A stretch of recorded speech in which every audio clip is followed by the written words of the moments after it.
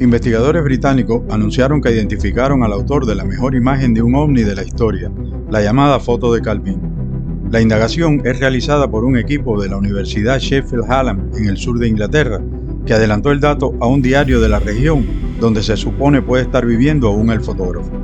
El caso volvió a la notoriedad cuando en 2022, 30 años después del avistamiento, reapareció una fotografía considerada por muchos expertos la mejor foto de un ovni de toda la historia.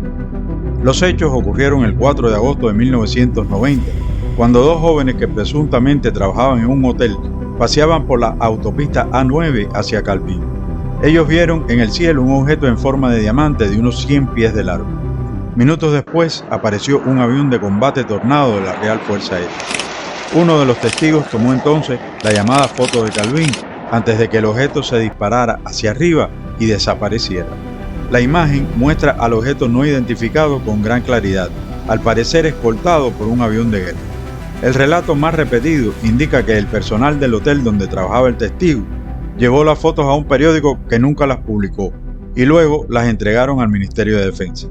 A partir de un nombre que hallaron en el reverso de la foto original, los investigadores creen que el autor de la imagen era residente del área de Falkirk, ciudad en el centro de Escocia, en el Reino Unido. La fuente dijo al Falkirk Herald que pudieron confirmar que esa persona vivió en la región en 1990 y 1991, mientras trabajaba como mozo de un hotel. Según la fuente, este hombre regresó a su ciudad natal poco tiempo después de tomar la foto. Como parte de sus gestiones, los investigadores dieron la información a The Falkirk Herald, aunque sin revelar el nombre, con la esperanza de que alguien pudiera dar más datos sobre el fotógrafo. Hallar a este testigo supondría la posibilidad de conseguir elementos adicionales que puedan dar luz al intrigante misterio del ovni de Calvin. Uno de ellos es conocer por qué el fotógrafo se mantuvo en el anonimato tantos años, o se mantiene todavía. Entre esas preguntas está si alguien le pidió que permaneciera oculto, o si fue amenazado para que no hablara de este avistamiento, como ha sucedido en otros casos.